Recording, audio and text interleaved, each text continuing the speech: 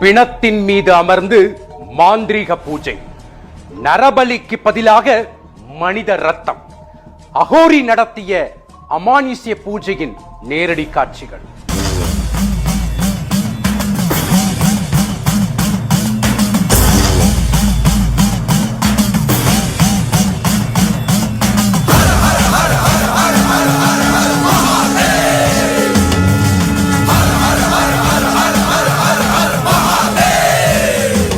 வேலூர் மாவட்டம் காட்பாடி அடுத்த பிரம்மபுரம் பகுதியில் உள்ள ஒரு மாந்திரீக மையத்தில் அமாவாசை தினத்தில் மட்டும் இரத்த காட்டேரிக்கு அகோரி சாமியார் ஒருவர் இரத்தத்தால் அபிஷேகம் செய்யும் ஒரு அமானுஷ்ய பூஜை நடப்பதாக நமக்கு தகவல் கிடைத்தது.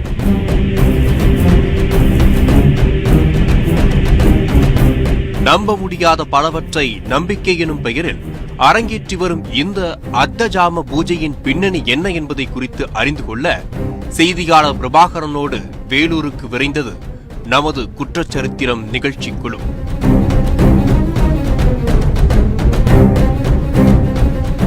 பிரம்மபுரம் பகுதியில் உள்ளது காளி மாந்திரீக மையம். உள்ளே 23 அடி உயர அகோர காளி சிலை சூலம் கபாலம் என கையிலேந்தி ஆக்ரோஷமாக நின்றிருந்தது. அந்த காட்சியின் சாயல் மையத்தில் உள்ள அனைத்து சிலைகளிலும் பிரதிபலித்தது. சுயம்பு கபால பைரவ இரத்த காட்டேரி சிலை என அந்த இடம் அமானுஷ்ய களஞ்சியமாக காட்சியளித்தது. இந்த மையத்தை நிர்வகித்து இரத்த காட்டேரிக்கு தனது இரத்தத்தால் அபிஷேகம் செய்து வருபவர் அகோரி ராம்ராஜ்.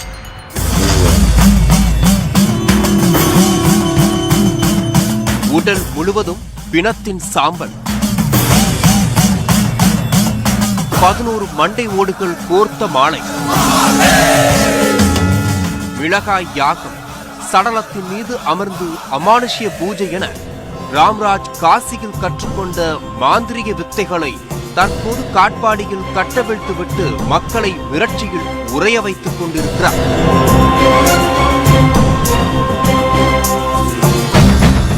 பொழுது சாய்ந்து இருள் ஆட்கொண்டது.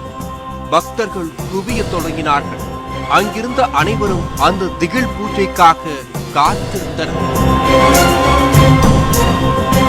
அகோரி ராம்ராஜோடு அவரின் சீடர்களும் உடல் முழுவதும் சாம்பல் பூசிக்கொண்டு பூஜைக்கு தயாரானார்கள். மிகப்பெரிய யாக குண்டத்தின் தீச்சுவாளையில் மூட்டை மூட்டையாக மிளகாயை கொட்டி பூஜையை ஆரம்பித்தனர். மௌனமான மந்திர உச்சாரணங்களோடு நடைபெற்ற அந்த பூஜையின் முடிவில் அகோரி ராம்ராஜ் இரத்த அபிஷேகத்திற்கு ஆயத்தமானார். செவிலியரின் உதவியோடு அகோரி ராம்ராஜின் உடலில் இருந்து இரத்தம் பாத்திரத்தில் நிரப்பப்பட்டது.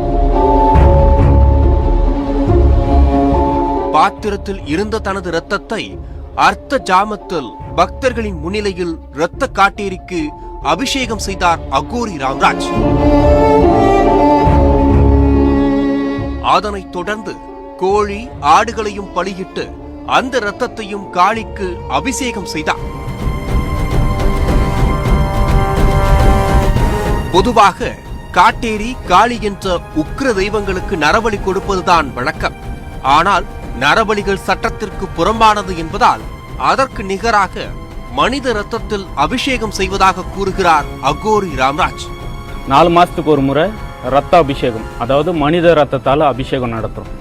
அந்த மனித ரத்தம் பார்த்தீங்கன்னாக்கா இப்போ வேற யாருதுன்னா கொடுத்தாலோ இல்லை நரபலி கொடுத்தாலோ அது சட்டப்பூர்வமாக தப்பு, அது பண்ணவும் கூடாது. அதனால் பார்த்தீங்கன்னா அந்த அம்மனுக்கு, அதாவது காளி தேவிக்கு அவங்களுக்கு அந்த உஷ்ணத்தை ஏற்றவும் அவங்களுக்கு திருப்திப்படுத்தவும் என்னுடைய ரத்தத்தாலேயே அவங்களுக்கு உடம்பு நலையிற அளவுக்கு ரத்த அபிஷேகம் பண்ணுறோம். மண்ணில் உலாவும் பேய், பிசாசு, பில்லி சூனியம், ஏவல் போன்ற எக்கச்சக்கமான துஷ்ட சக்திகள் மனித கண்களுக்கு தெரிவதில்லை. எனவே உலக நன்மைக்காகவும் துஷ்ட சக்திகளிடமிருந்து மக்களை காக்கவும் இந்த இரத்த அபிஷேகத்தை செய்ததாக கூறுகிறார் அகோரி ராம்ராஜ். புதுசாக வர சிஷ்யர்களுக்கோ இல்லை பழைய சிஷ்யர்களுக்கோ ஒவ்வொரு தீட்சைக்கும் 4 மாதத்துக்கு ஒரு முறை என்னுடைய ரத்தத்தால் காளிக்கு அபிஷேகம் பண்ணி அவங்களுக்கு தீட்சை கொடுக்குறோம். அப்படி கொடுக்கும்போது பார்த்தீங்கன்னாக்கா அவங்க காளி தேவியோட உஷ்ணம் தூண்டப்பட்டு நான் கொடுக்குற தீட்சையில் முழு சக்தி கிடைக்கும். அதே மாதிரி அந்த நேரத்தில் வர பக்தர்களுக்கும் அவங்களுடைய பார்வைப்பட்டு அவங்களுக்கு இருக்கிற செய்வன கோளாறு, தேவையில்லாத பிரச்சனைகள், இல்லை குடும்ப பிரச்சனைகளோ இவங்களுடைய உஷ்ணத்தினால அதெல்லாம் விலகிறதுக்கான வாய்ப்புகள் அதிகமாக இருக்குது. அதனாலேயே இது முழுக்க முழுக்க மக்களுக்காகவே என்ன வருத்திக்கிட்டு மக்களுக்காக செய்யறேன். ஜோதிடம், அருள்வாக்கு போன்றவற்றில் நம்பிக்கை இல்லை என்று கூறும் அகோரி ராம்ராஜ் தன்னிடம் வரும் பக்தர்களின் பெயரை வைத்தே அவர்களின் விதியை கணித்து கூறுவதாகவும் அதற்கு உத்தரவாதமாக லெட்டர் பேடில் கையெழுத்து போட்டு தருவதாகவும் சவால் விடுக்கிறார்.